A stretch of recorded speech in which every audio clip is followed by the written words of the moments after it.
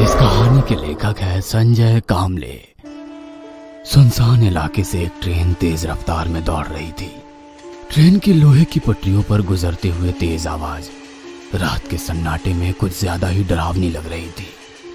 रात के 2 बज चुके थे। बोगियों में लोगों की भीड़ काफी कम थी। रात का वक्त होने के कारण हर कोई बैठे बैठे झपकियां ले रहा था। दूर से दिखाई देने वाले उस ट्रेन की एक बोगी में से एक महिला एकदम से बाहर की ओर गिरी और धूल मिट्टी पत्थरों पर से घसीटते हुए कुछ दूर जाकर रुक गई। ट्रेन से गिरने के कारण पूरा शरीर जख्मी हो गया था। खून से लथपथ वो वैसे ही ट्रेन की तरफ देखती हुई पड़ी रही और ट्रेन दूर दूर जाते हुए अंधेरे में नजरों से ओझल हो गई। पिछले 1 महीने में ये चौथी वारदात थी। नौकरी पेशा महिलाओं को लूट ट्रेन से फेंककर उनकी हत्या आम बात हो गई थी। 4 दिन बाद तेजी से कदम बढ़ाते हुए वो प्लेटफॉर्म की ओर चल रही थी। रात के करीब 1:30 बज चुके थे। यह आखिरी ट्रेन थी। अगर ये ट्रेन छूट जाएगी तो सुबह 5 बजे तक उसे इंतजार करना पड़ेगा। इसलिए किसी भी हालत में उसे ये ट्रेन पकड़नी ही थी। पर उसे डर भी लग रहा था, डर जो वो पिछले 1 महीने से महसूस कर रही थी।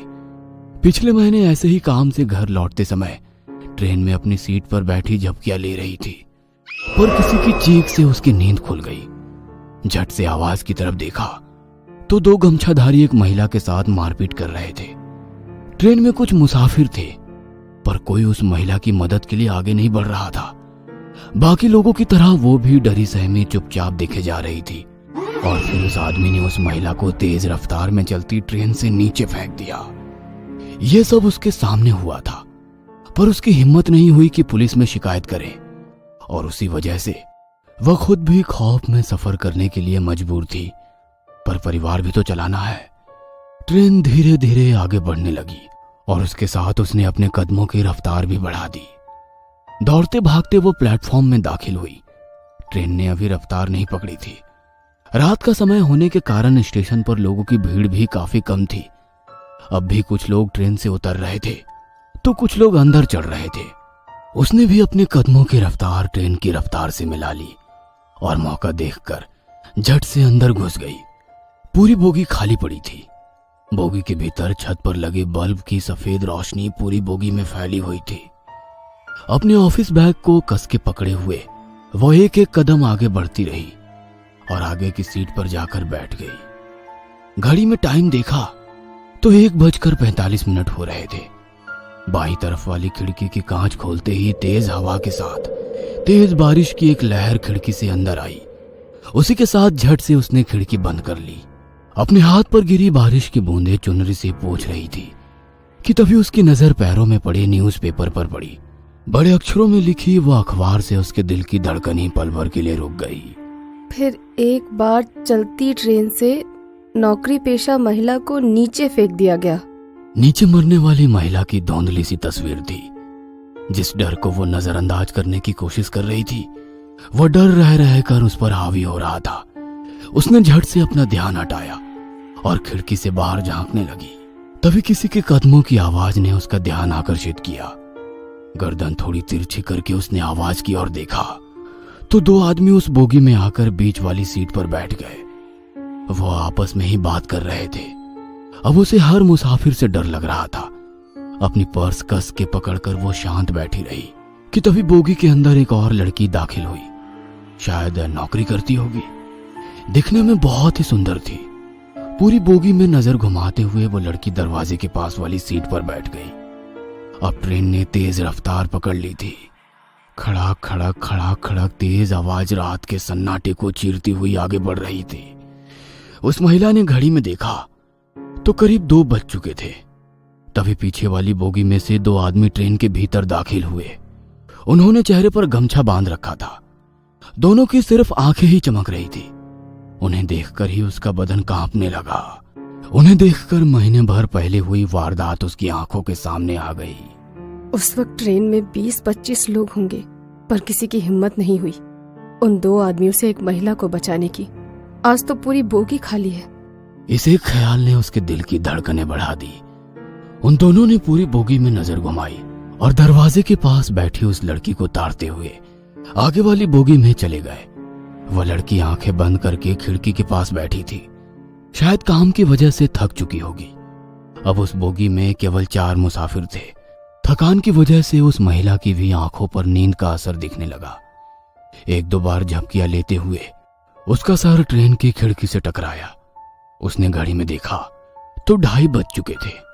दोबारा बोगी में नजर डाली तो दरवाजे के पास वाली सीट पर बैठी वो लड़की भी झपकियां ले रही थी। बीच वाली सीट पर बैठे हुए 2 आदमी बातों में व्यस्त थे, पर एक अजीब सा डर उसके दिल में घर कर गया था। वह सिर पीछे टिकाकर वैसे ही आंखें खोलकर बैठी रही, पर कुछ ही देर में उसे नींद ने अपने आगोश में ले लिया। एक अजीब सी आवाज से उसकी नींद खुल गई। सामने देखा तो वो 2 गमछाधारी आदमी उस लड़की का पर्स छीनने की कोशिश कर रहे हैं।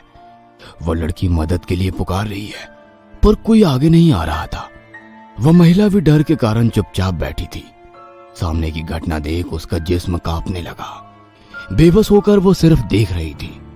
उस आदमी ने उस लड़की के बाल पकड़े और दरवाजे से बाहर देखते हुए हंसने लगा। वह लड़की गिड़गिड़ा रही थी, अपनी जिंदगी की भीख मांग रही थी, पर उसने पूरी ताकत से उसे बाहर फेंक दिया और एक दर्दनाक चीख चारों ओर गूंज उठी। वह महिला झट से नींद से जाग गई। वह सिर्फ एक सपना था, पर दिल अभी भी जोर जोर से धड़क रहा था। घड़ी में देखा तो 3 बज चुके थे। उसने गर्दन ऊंची कर दरवाजे के पास बैठी लड़की को देखा और सन्न रह गई। वह सीट खाली थी। उसने पूरी बोगी में नजर घुमाई, पर वो लड़की कहीं नजर नहीं आ रही थी। पर उस लड़की की बगल वाली सीट पर वही 2 गमछाधारी आदमी थे। लगता है उस लड़की को मार दिया। वो अपने आप से बुदबुदाई कि तभी बीच में बैठे 2 आदमियों ने उन पर हमला कर दिया। ट्रेन की तेज होती आवाज में उन लोगों की मारपीट शुरू हो गई। वह महिला डर के कारण सीट के नीचे बैठ गई। वे एक दूसरे को मार रहे थे। तभी उसे नीचे 2 दिन पहले का एक न्यूज़पेपर पड़ा दिखाई दिया। उसमें बड़े अक्षरों में लिखी एक खबर पर नजर गई। फिर एक बार चलती ट्रेन से नौकरी पेशा महिला को नीचे फेंक दिया गया। नीचे मरने वाली महिला की तस्वीर थी। उसने वो न्यूज़पेपर हाथ में लिया। तभी नीचे घसीटते हुए एक आदमी जान बचाकर भागता नजर आया। पीछे वही गमछाधारी आदमी चला आ रहा था।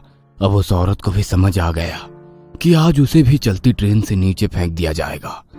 डर के कारण उसकी आंखों से पानी आने लगा। जमीन पर घसीटता वो आदमी सामने देख रुक गया।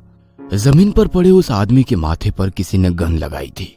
वह बंदूक देखकर महिला ने जीने की आस ही छोड़ दी। डर के कारण अपने घुटनों के बल नीचे बैठी उस महिला ने सामने देखा और दंग रह गई। हाथ में गन लिए वही लड़की थी जो दरवाजे के पास बैठी थी। तभी पीछे से आ रहे गमछाधारी ने नकाब और चादर हटाई। वो 2 पुलिस वाले थे।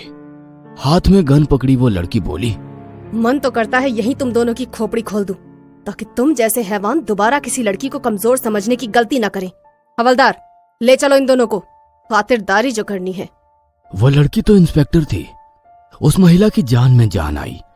जमीन पर पड़े न्यूज़पेपर को उठाया। मरने वाली औरत की तस्वीर देख सन्न रह गई। तस्वीर उसकी खुद की थी। शायद उसकी रूह इंसाफ के लिए तड़प रही थी, जो आखिरकार मिल गया था।